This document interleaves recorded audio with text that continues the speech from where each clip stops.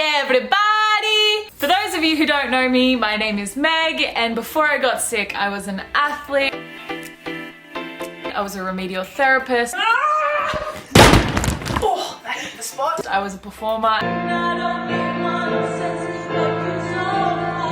I was also the craziest motherfucker you'll ever meet. I still am that last one.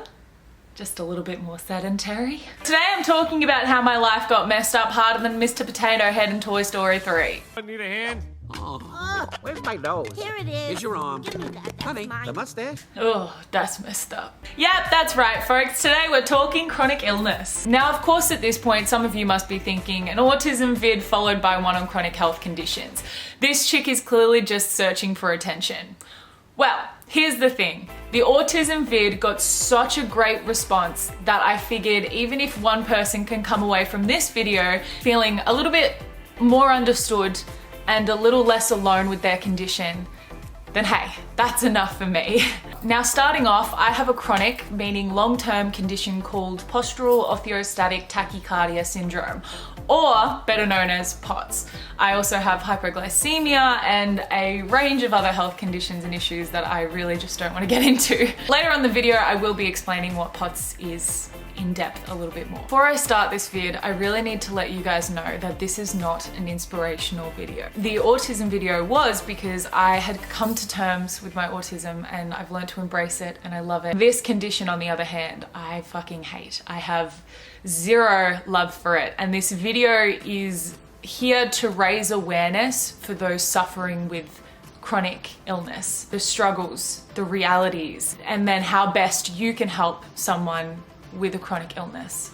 So all of the questions I'm about to answer have been asked by people on my Instagram. Kicking things off, how did you know that something was wrong with your heart? Well, I'm glad you asked, because here's an educational video of what I was experiencing pre-hospitalization. Ow. Boom, boom, boom, boom. God, ow, God. Damn it, I got pain. Boom, boom, boom, boom. I want you in my room. Feels so good. Together from now until forever. Boom, boom. Sorry, what was that? Oh, yeah. Yeah, no. Yeah, you're probably right. Yeah, that's what it is. Yeah. Boom, boom, boom, boom. I wanna go boom, boom. Let's spend the night I just have this sneaking suspicion that I don't think it was that. No. I need assistance. Essentially, I've struggled with chronic fatigue since I was in year 11. Originally, they put it down to me having mono, and then they said that I was in recovery from mono, and then they said that I had depression, and then they said that it was just all in my head. So I was kind of passed around. I've literally been back and forth into hospital for various medical conditions. A lot of them still just unknown, and they just put it down to like, oh yeah, you're a female. Blah. Then in March this year, my health really started to take a turn for the worse, and I started getting chest pains and my heart started really racing, and I didn't know why, and I thought that I was becoming like super unfit. And me being an athlete prior to it, I really don't like feeling unfit. And so I kind of threw myself back into hardcore exercise, which obviously didn't help the situation, and I started passing out. And then I decided to get a heart rate monitor. My resting heart rate should be 60 to 80 BPM, so beats per minute. Mine ranges from 40 to 217. I decided to go into the hospital because it was getting really bad, and that's when they decided to run all of the tests. How do you deal with ignorant people? Oh, I post videos like this on TikTok. Can people please stop assuming that all young people are healthy?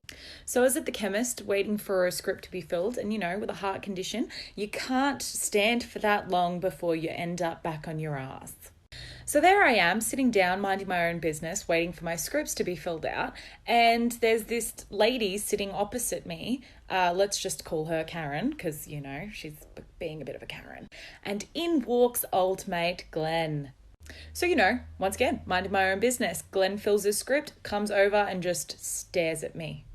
And then Karen goes, oh, kids, they have no respect these days. And Glenn just goes, oh, I know, right?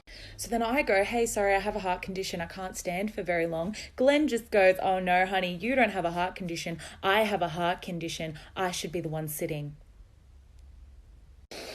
No, but seriously, the amount of ignorant people that are out there who just assume all young people are healthy is just crazy. Not only that, but it's a really common thing when I do tell people that I have POTS, that they go, oh, you have POTS? Oh, I have a sister with POTS and like, she's way more active than you. You know it can be cured, right? I think you're just putting it on. I think you're just saying that you're more sick than you are. All right, people.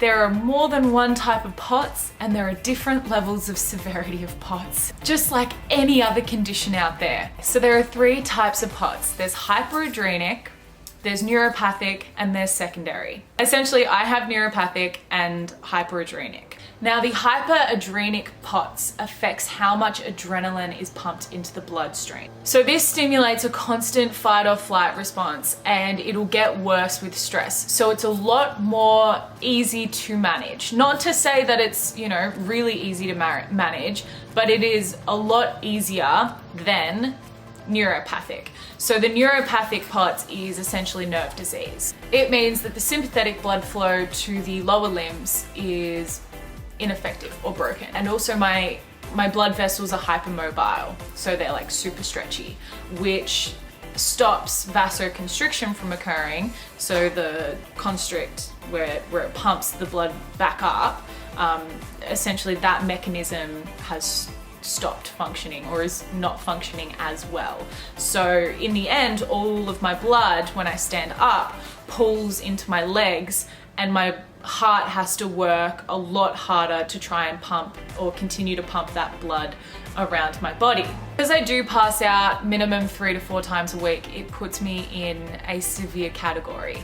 So even if I was to try and fight a POTS attack where my heart, you know, is racing and my blood's not regulating and it's just not happening, my body will make me pass out so it can regulate it. So it's not a choice to pass out. I mean, I didn't think I had to say it, but it's not a choice. The point being here is that we shouldn't judge a person based off their age or based off how another person with the same diagnosis or condition is doing compared to them. You wouldn't tell a stage 4 cancer patient that they're just putting on a show because your friend who has stage 1 cancer is doing great.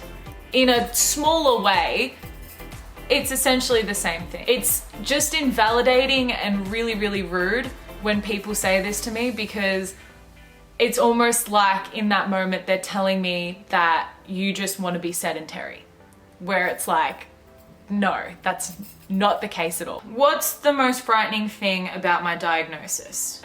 Well, it's not the diagnosis that scares me. It's how people react when I'm having a POTS attack in public that scares me. So essentially my doctor told me that if I was to go out into public and have a severe POTS attack and someone picked me up thinking that I had just fallen over and I need to get back on my feet, it can cause brain damage. For those of you who want to know, the following video will show you how you can help in one particular situation. So this flashy piece of bling is my medical alert bracelet. Now, if you see me or another person become medically unstable in public, aka pass out, become sick, or like look super confused, and I don't just mean when I'm standing in the cheese section and I don't know what cheese to get because they all look the same. I'm just kidding, we all know Camembert's the best. Basically, anyone who needs medical assistance, make sure you check their wrists and their neck for a symbol that looks like this. Because that symbol means that there's an engraving on the back that has their condition and a number to call for help. It can save lives. And cheese preferences. No, not that one.